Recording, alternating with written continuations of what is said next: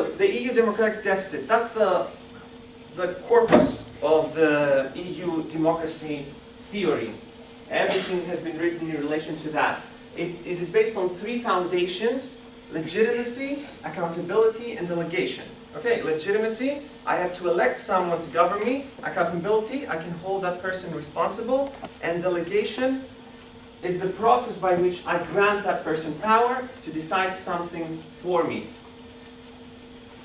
So, the EU democratic deficit theory is established along three axes: input, which means more citizen participation, and output, which means that the EU should be evaluated in terms of the produced outcome, the EU institutions, etc. There is a more recent version, which is called, imagine that, throughput, which says it's not about the input and it's not about the output, but it's about the process.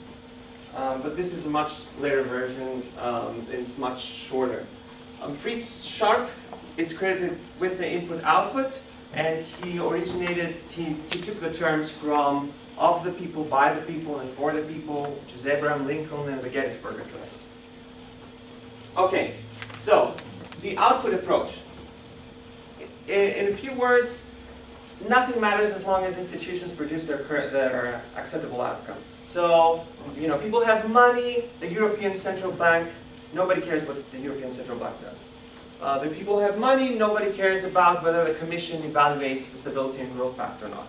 That's the essence. So the EU is very technocratic, it's of limited ability to make decisions that affect citizens on the national level. And so there's no further need to increase participation. And actually, they argue that increasing participation will take away from efficiency. So, market regulation theory 101, right? So if you increase participation in policies that are non-redistributive, so Pareto optimal, then that takes away from their efficiency. The input approach, that's the diametrically opposed approach, which says, no.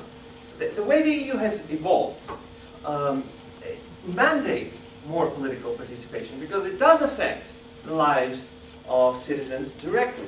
And more so now that it has increased decision-making ability on issues, on core national policy issues such as the budget.